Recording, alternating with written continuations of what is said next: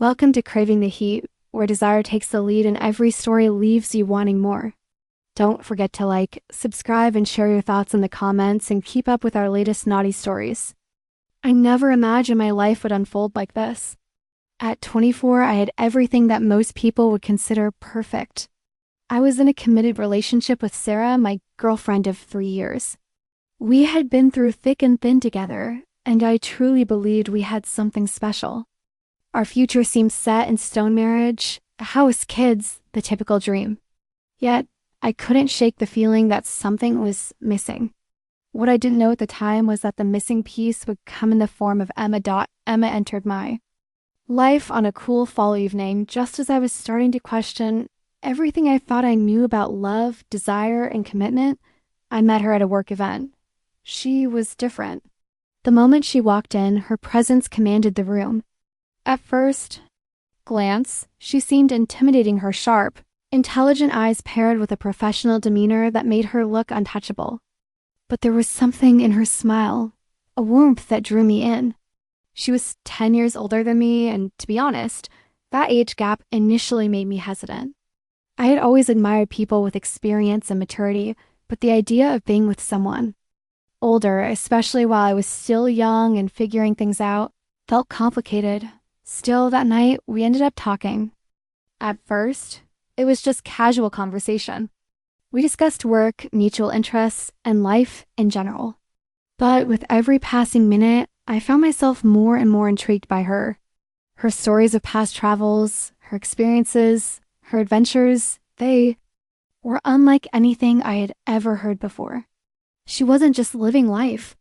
She had lived a full, rich, and dynamic life. And there was a certain wisdom in the way she spoke that I couldn't resist. I found myself looking forward to our next encounter. It wasn't long before we started running into each other more frequently at work, at after-work events, and then, inevitably, we began talking outside of work. The line between professional and personal began to blur, and I found myself drawn to Emma in ways I hadn't expected. It wasn't just the physical attraction, though that was undeniable. Emma had an aura of confidence that I found intoxicating. She was everything Sarah wasn't. Where Sarah was sweet and predictable, Emma was bold and unpredictable. She had a depth to her, a mystery that kept me guessing. And even though I loved Sarah, I couldn't help but feel a pull toward Emma. One evening, after a particularly long day at the office, Emma invited me out for drinks. It was supposed to be a casual thing, just two colleagues unwinding. But as the night wore on, something shifted. Our conversation grew more intimate, the energy between us more charged. She leaned in closer, her scent enveloping me, and I felt an unfamiliar tension rising in my chest. I was drawn to her like a moth to a flame, and before I knew it, I found myself doing something I never thought I would, kissing her. The kiss was electric, unlike anything I had ever experienced. It was as if all the doubts, all the fears about our age difference and my relationship with Sarah faded into the background. In that moment, all that mattered was the connection between Emma and me.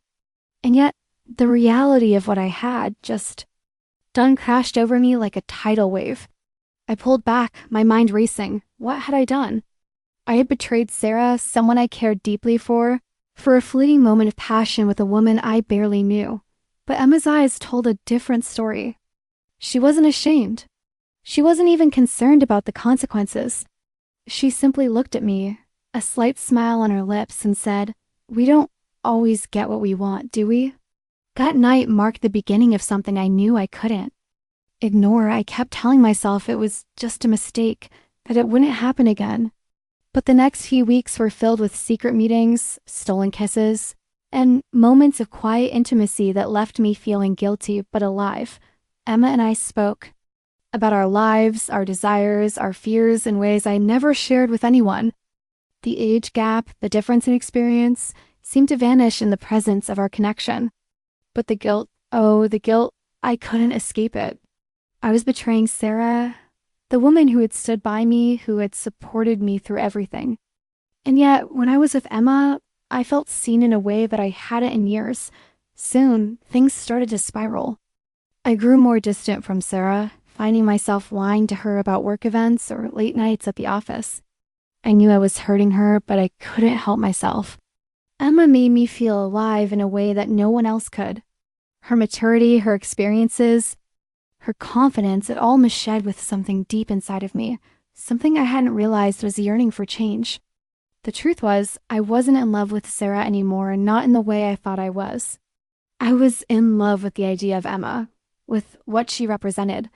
Eventually, I reached a point where I couldn't keep up the charade. The lies, the secrecy, it was too much.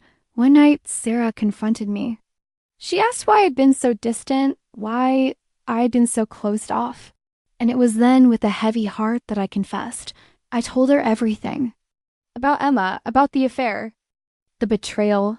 Her face was a mixture of shock, disbelief, and hurt. She cried, asking how I could do this to her, to us. And I didn't have an answer. I could have told her that I was confused, that I had made a mistake, that I was sorry. But the truth was, I wasn't sure what I wanted anymore. I didn't know how to fix what I'd broken. In the end, Sarah and I parted ways. It was painful, but it was the right decision. Sarah deserved someone who could truly be there for her, someone who didn't have a divided heart. Emma, on the other hand, didn't want to be the reason I left Sarah. She didn't want to be a part of the wreckage. So we stopped seeing each other too. The affair ended and I was left to pick up the pieces of my shattered life. I tried to move on, but the guilt of what I had done weighed heavily on me. I realized that while Emma had been everything I thought I wanted, she wasn't the solution to my problems. She wasn't the answer to the emptiness I had felt. The truth was, I had been running from the real issues in my life, looking for a quick fix in someone else, someone who seemed to have all the answers. But the answers were inside me all along. As time passed, I grew. I learned from my mistakes. I rebuilt my life, learned what it meant to be truly honest with myself and with others. I never saw Emma again, and I never got back with Sarah, but I carried the lessons from both of them with me. Lessons about love, about loyalty, and about the importance of being honest with yourself before you try to be honest with anyone else. Though I would always remember the woman who had been 10 years older than me, I realized that age was just a number. It wasn't the difference that mattered, it was the way we connected, the way we allowed ourselves to be vulnerable. But sometimes, even the most intense connections come with consequences that are too heavy to bear.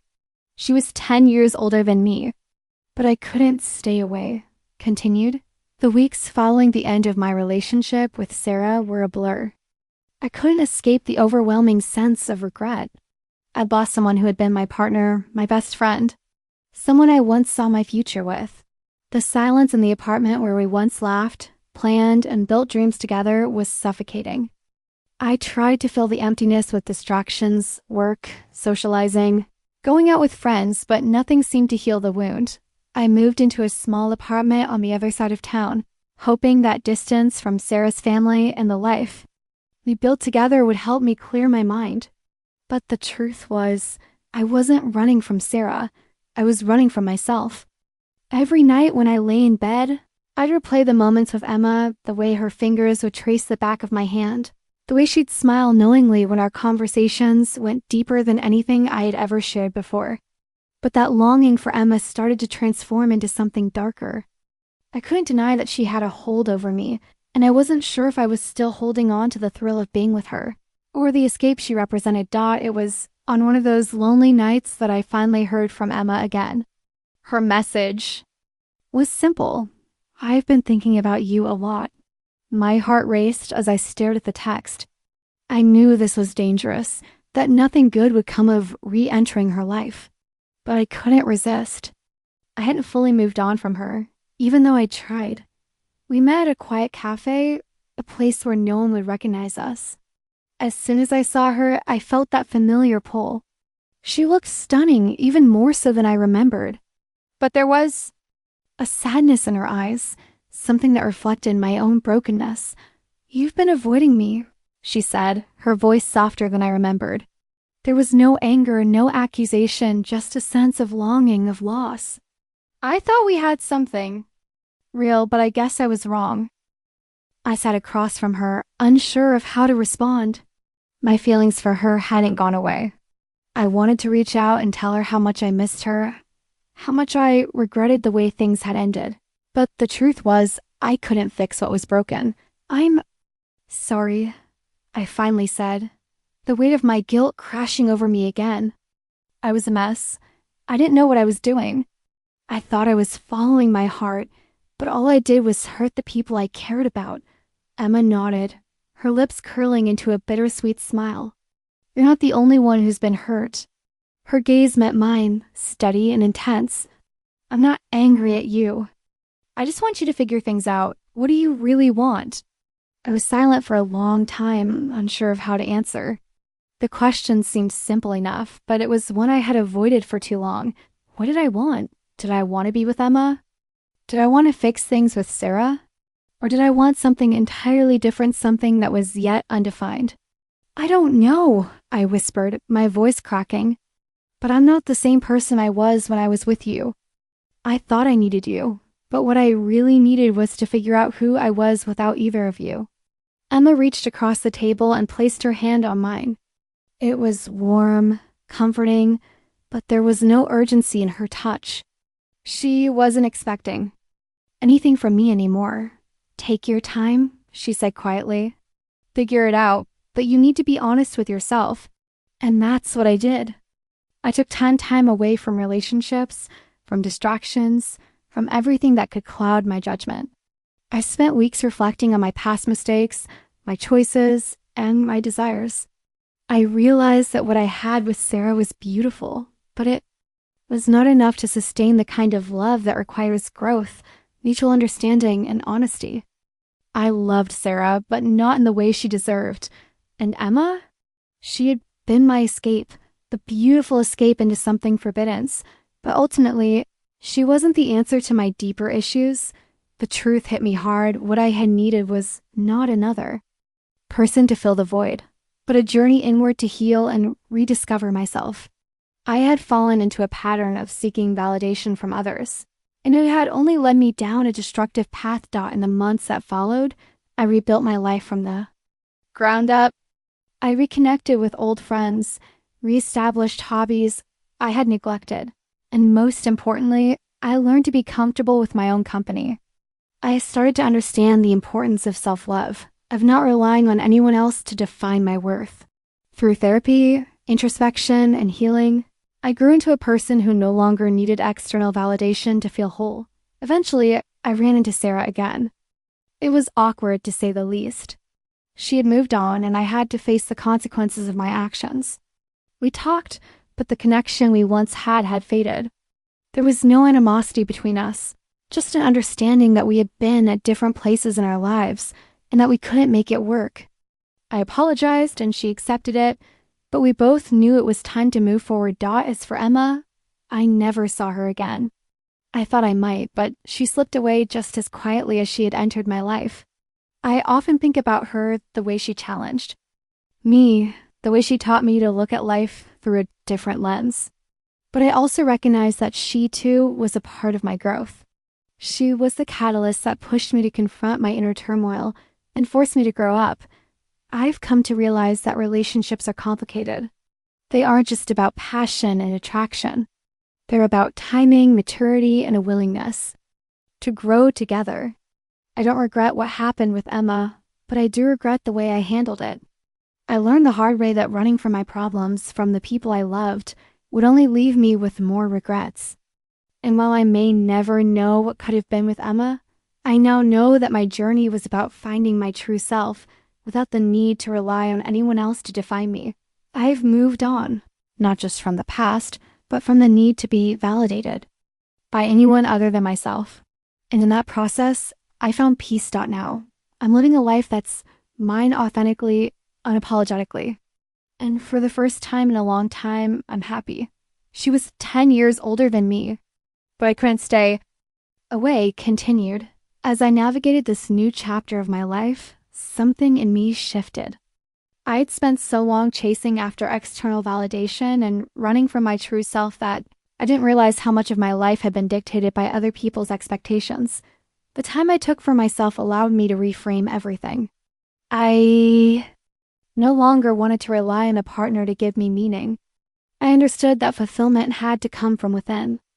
And while I had learned some difficult lessons along the way, I wasn't about to repeat the same mistakes. I began to dive deeper into my work, focusing on projects I had once overlooked and connecting with people who made me feel truly supported. Not because they were fulfilling some need in me, but because they genuinely cared about me and my growth. I started to feel something I hadn't in years, pride in my own accomplishments. For the first time, I wasn't measuring my success by whether or not I was in a relationship, but by how I was growing as an individual. A few months later, something unexpected happened. I received a letter. It wasn't an email or a text message. This was an actual letter, handwritten in a beautiful script. My heart dropped when I saw the return address. It was from Emma. I hadn't heard from her since we parted ways, and I thought I had said everything there was to say.